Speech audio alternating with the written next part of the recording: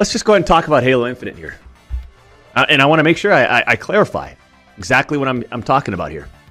I'm excited. I'm a Halo fan. So for the guys that are talking about that, I think it's going to be dead, the game's going to die, whatever. This is their sort of perspective on it. It seems like the team at Halo Infinite is going out of their way to cater to console players, to PC players, and packaging it in a nice sort of make it. They're catering to everyone, and that's good. That's fantastic. I love the map design. I love what I had experienced in multiplayer. But here's the facts. There's no shelf life attached to sandbox shooters anymore in the streaming space from a spectating standpoint. Like, it's proven. I don't know how many times we got to fucking prove it. Every single year Call of Duty comes out, how long does multiplayer last? From a viewing standpoint, from a spectating on YouTube or the Purple Snakes or Facebook or Mixer. And for those that just want the Halo Infinite multiplayer experience and think that I said that the game's going to die, no, it's going to be well populated. Don't get me wrong. But a BR to support a game like that, I'm not just looking at BR in terms of just what it could bring in terms of extending the shelf life of the game, in terms of bringing energy and excitement around the multiplayer aspect of the game. That's exactly what Warzone does for Call of Duty. Now, I mean, just take a look. It's the perfect example. I'm not just looking at it from that standpoint, but I'm actually looking at the fact that Halo can be an incredible BR game. That's what gets me excited the most about it all. From regenerating shields to point of interest to power weapons to how map design can play into all of that. The vehicle gameplay, the Warthog and the Banshee and how big this world could look on this cool ass engine. That's what gets me excited, and that's what I want to see come to life.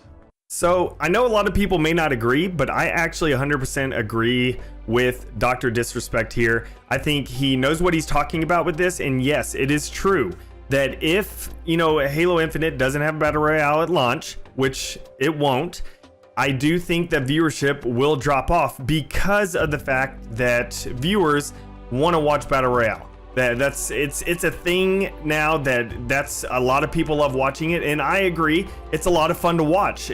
Basically people get dropped down onto a map and anything can happen. It's not like 4v4 Arena, which I get anything can technically happen in 4v4 Arena, but you go shoot some people, you die, you respawn, you go shoot some more people, you die, respawn. You may have awesome plays happening or anything like that, but it's not the same as Battle Royale where you literally have one life and you need to make that, one life happen, or else you're just gonna have to restart a whole new match.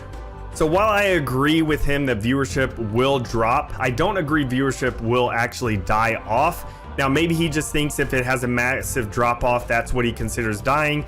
I think a lot of people, including myself, whenever they're responding to the tweet that, happened earlier, whenever he said it's dying, I see that as there's barely anyone watching at all. So I think what he mainly means here is that it'll majorly drop off the viewership after 3 weeks, which I don't know if it'll happen with 3 weeks, but I'm just saying that it will eventually drop off just because of the viewership. Yeah, for arena shooters are not as high as what they are for Battle Royale. But now, saying that, my question is to Dr. Disrespect or any other really large streamer that streams Battle Royale stuff and everything. Now, what would happen if all these large streamers who, let's say, want to play Halo Infinite, they love the Halo and they jump in and they start playing Halo Infinite and they love the game itself, and what if they start streaming Halo Infinite for 6 months or even more consistently? Like, it's not just the only game they stream, but just more consistently they stream Halo Infinite. Now, wouldn't that mean that arena shooter population for viewership would stay high? So of course it's one of those deals where if you're gonna go and play Battle Royale, of course the viewership is gonna be in Battle Royale. But if all these big streamers that love, playing Battle Royale, but also love playing Halo, decide to stream Halo consistently for a long extended period of time, then wouldn't the viewership also switch over to arena shooters with Halo?